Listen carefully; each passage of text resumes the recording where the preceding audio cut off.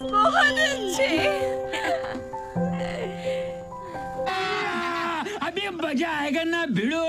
कहानी की शुरुआत में हम एक फैमिली को देखते हैं जिसमें कि हस्बैंड का नाम इवान और वाइफ का नाम केविन होता है। ये दोनों अपने बच्चों के साथ बड़ी खुशी से रह रहे होते हैं। कैरेन एक आर्ट गैलरी में काम किया करती थी और दूसरी तरफ इवान एक आर्किटेक्ट था। एक दिन इवान और कैरिन अपने बच्चों के साथ बेस्ट ट्रिप पर घूमने का प्लान बनाते हैं, लेकिन मेन मौके पर इवान को आर्किटेक्चर का अर्जेंट काम आने की वजह से वो अपनी फैमिली के साथ ट्रिप पर नहीं जा पाता। इसलिए अकेले ही कैरिन अपने बच्चों के साथ बेस्ट ट्रिप पर घूमने के लिए चली जाती है और इवान अपने डॉग के साथ घर पर ही रह जाता है। और फिर जब रात को इवान अपने आर्किटेक्ट का जरूरी काम कर रहा होता है तभी उसके दरवाजे पर कोई आता है और फिर जब वो दरवाजा खोलता है तो उसे दो लड़कियां बारिश की वजह से भीगी हुई दिखाई देती है, जिनमें से एक का नाम बेला और दूसरी का नाम जेनेसिस था। ये दोनों इवान को बताते हैं कि हम लोग पार्टी में जा रहे थे, लेकिन अचानक से हम रास्ता भटक गए और बारिश के कारण हमारे फोन भी भीग कर बंद हो गए हैं। उनकी ये बात सुनकर इवान उनकी मदद करने के लिए उन्हें अपने घर में बुलाता है, जहाँ पर कि सबसे पहले वो उन्हें टॉवल्स देता है और साथ ही वो एक लड़की को आईपैड भी देता है ताकि वो अपनी पार्टी का लोकेशन ढूंढ पाए। वो लड़की आईपैड पर सर्च करके देखता है कि उसकी पार्टी की लोकेशन यहाँ से काफी दूर है, इसलिए इवान उन दोनों के लिए एक कैब बुक करता है जो कि पूरे 45 मिनट में यहाँ पर पहुँचने वाली थी। अब क्योंकि वो दोनों लड़कियाँ बारिश में काफी ज्यादा भीग चुकी थी, इसलिए ये दोनों इवान का बाथरूम यूज करके फ्रेश होकर इवान के पास जाती है, यहाँ पर कि इवान उनके लिए कॉफी बना रहा था। इसके बाद इवान उनके साथ बैठकर बातें करने लगता है। इवान उनसे ये भी पूछता है कि तुम दोनों काम क्या करती हो, जिस पर कि ये दोनों बताती है कि ये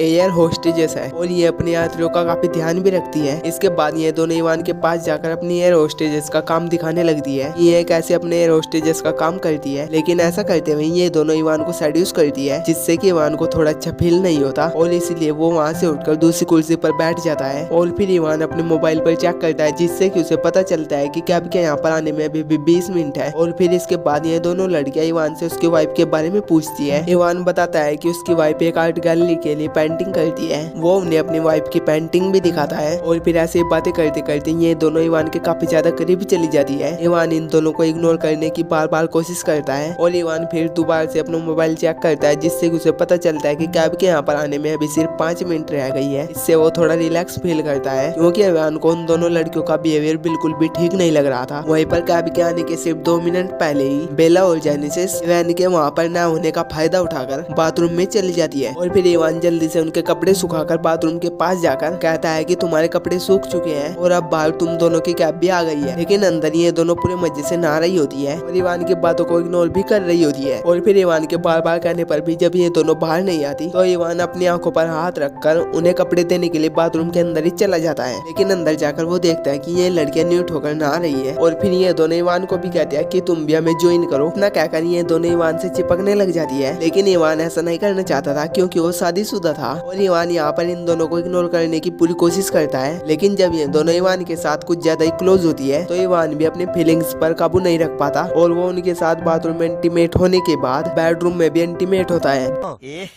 रहा नहीं जाता, तड़प ही ऐसी है ना। दूसरी तरफ कैब ड्राइवर कुछ देर तक इंतजार करने के बाद वहाँ से चला जाता है और फिर जब अगली सुबह इवान नींद से जागता है तो वो उन दोनों लड़कियों को वहाँ पर न पाकर ये सोचता है कि शायद ये दोनों लड़कियां यहाँ से चली गई है। लेकिन तभी उसे किचन से हंसने की आवाज आती है और फिर जब वो किचन में जाकर देखता है तो वो देखता है कि उन दोनों लड़कियों ने किचन का काफी ज्यादा बुरा हाल कर दिया है। और फिर इवान को करीन का वीडियो कॉल भी आता है और वो उससे बात करने के लिए अपने घर से बाहर चला जाता है। अपनी वाइफ से बात करने के बाद इवान गुस्से में उन दोनों लड़कियों से कहता है कि तुम दोनों जल्दी से अपने कपड़े पहनो और मेरे घर से दफा हो जाओ। लेकिन कुछ देर के बाद वो देखता है कि ये दोनों लड़कियां उसकी वाइफ की आउट को खराब कर रही है। इससे अब इवान उन दोनों से पूरे गुस्से में कहता है कि अब मैं पुलिस को कॉल कर रहा हूँ और अगर तुम्हें जेल जाने से बचना है तो तुम यहाँ से तुरंत ही चली जाओ। ये सुनकर बेल और जेनेसिस हंसने लगती है। ये दोनों कहते हैं कि हम दोनों अंडर एज है और तुम कल रात हमारे साथ इंटीमेट हो चुके हो, जो कि कानूनन जुर्म है। अगर तुम पुलिस को बुलाओगे तो पुलिस उल्टा तुम्हें ही पकड़कर जेल में डाल देगी। ये सुनकर इवान सोचता है कि कल रात उसने कितनी बड़ी गलती कर दी है। और फिर तभी दरवाजे पर कोई बैल बजाता है। दरवाजा खोलने पर इवान को कैरिन की दोस्त नजर आती है, जहाँ पर वो इवान से पूछने के लिए आई थी कि कहीं उसे